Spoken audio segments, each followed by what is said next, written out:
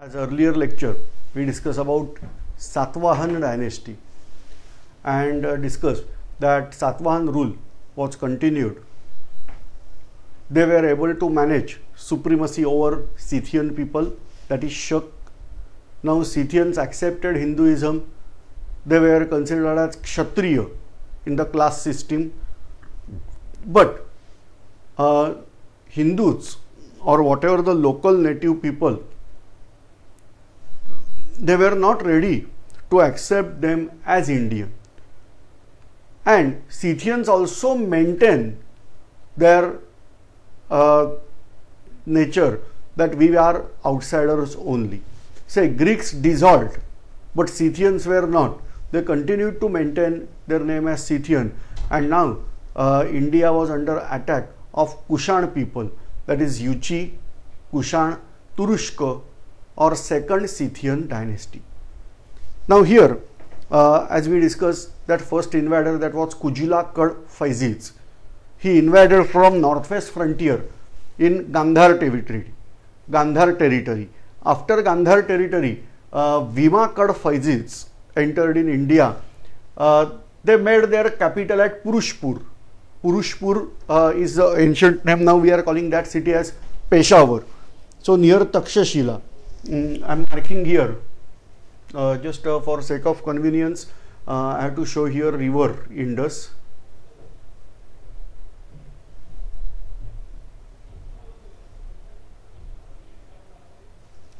So here somewhere on bank of river Indus, the Purushpur or Peshawar was there. So that was their capital, and slowly and steadily, making circle around it, they expanded their empire.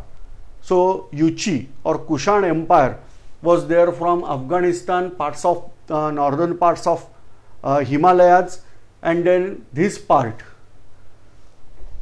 After that, a considerable or significant ruler of this dynasty, that was Kanishka.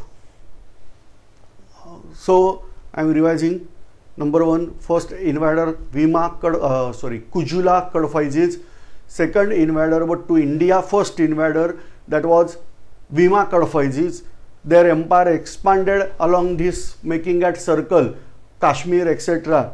And then they got their empire expanded in present India also under kingdom or emperorship of Emperor Kanishka.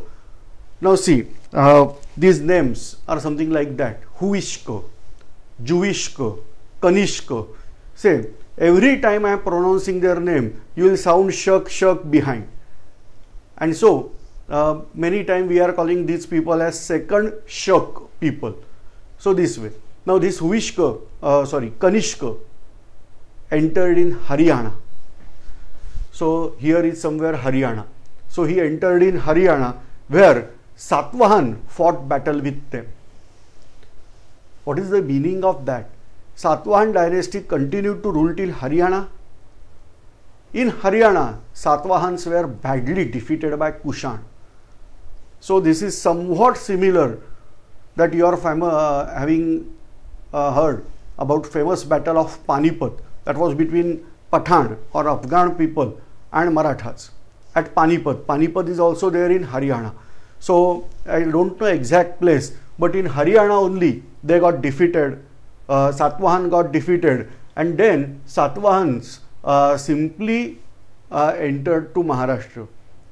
They were not ready to accept the suzerainty over northern parts of India. They decided to protect themselves in Maharashtra only, or in only South India. Now here there were different kingdoms, but usually these kingdoms were Scythian kingdoms. Try to recollect. They were defeated by Satavahans.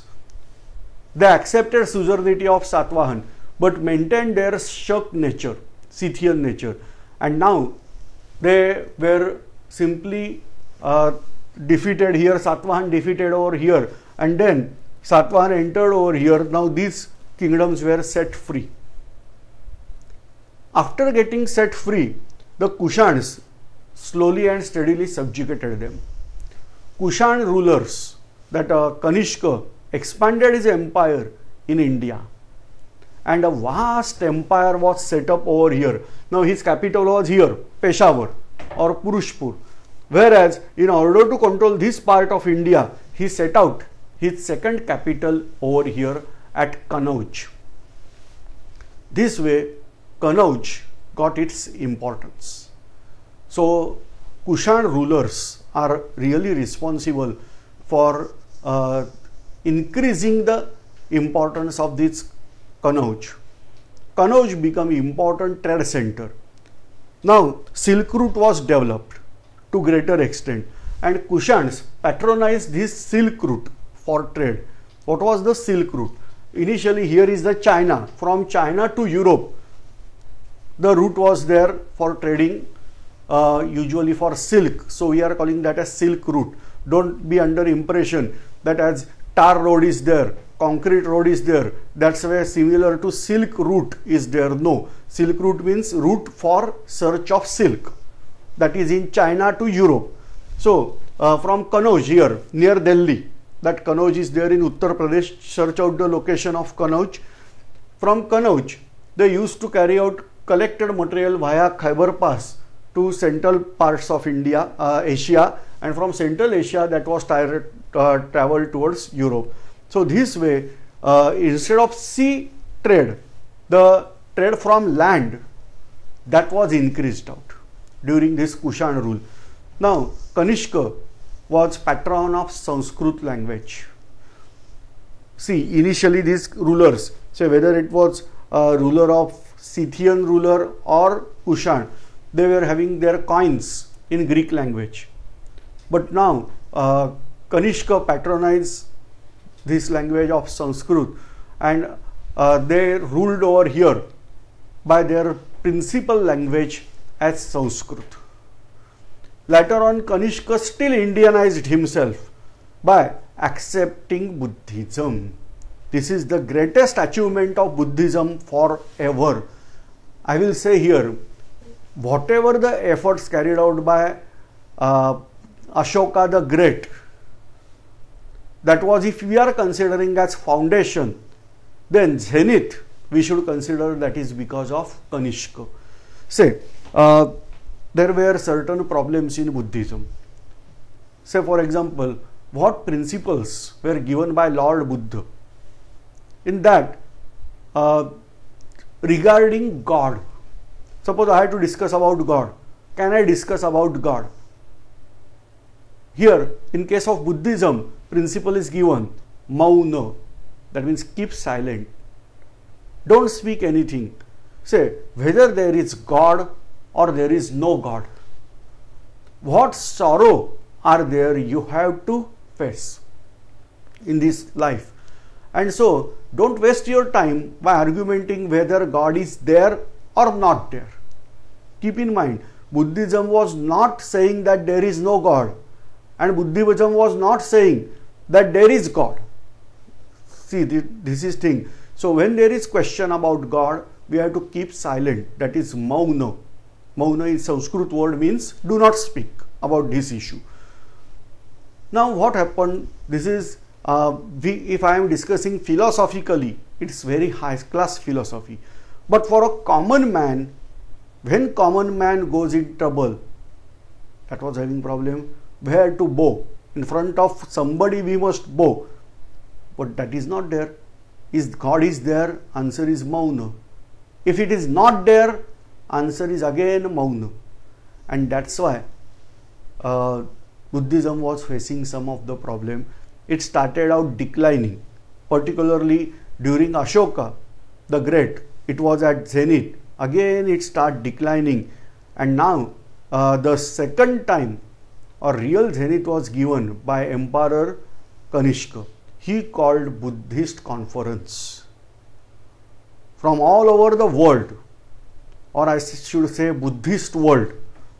More than 500 monks were called out. And then in this Buddhist council, a question was asked about God. We have to believe or not believe, that is different part. But can we assume Lord Buddha as God? See, question again, carefully listen. Can we assume Lord Buddha as God and worship him by making his idol? Those who accepted, they are called as Mahayana Buddhism. I am revising name. Those who accepted this philosophy, that means those who accepted change in the ideology, they are called as Mahayana Buddhism. Whereas those who rejected, some of them were rejected. Why to accept this type of ideology? Is it the fact that Lord Buddha carried out this thing, that make my idol and worship me, then you will get salvation? No, real Buddhism is not telling this. And so these people said, no, we have to stick to Lord Buddha's principle only. They were given name as Hinayana.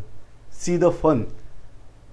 Literally, that those who are real follower of Buddhas, they are called as Hinayana. And those who are now follower of Kanishka's ideology, they are called as Mahayanism. Apart from that, one more sect is there in Buddhism, that is called as Vajrayana sect. Those who believe in yoga of Vedic religion but following Buddhist practices, they are called as Vajrayana. So total 3 sects, important sects are there in Buddhism. They are Mahayanism, Hinayanism and now Vajrayanism.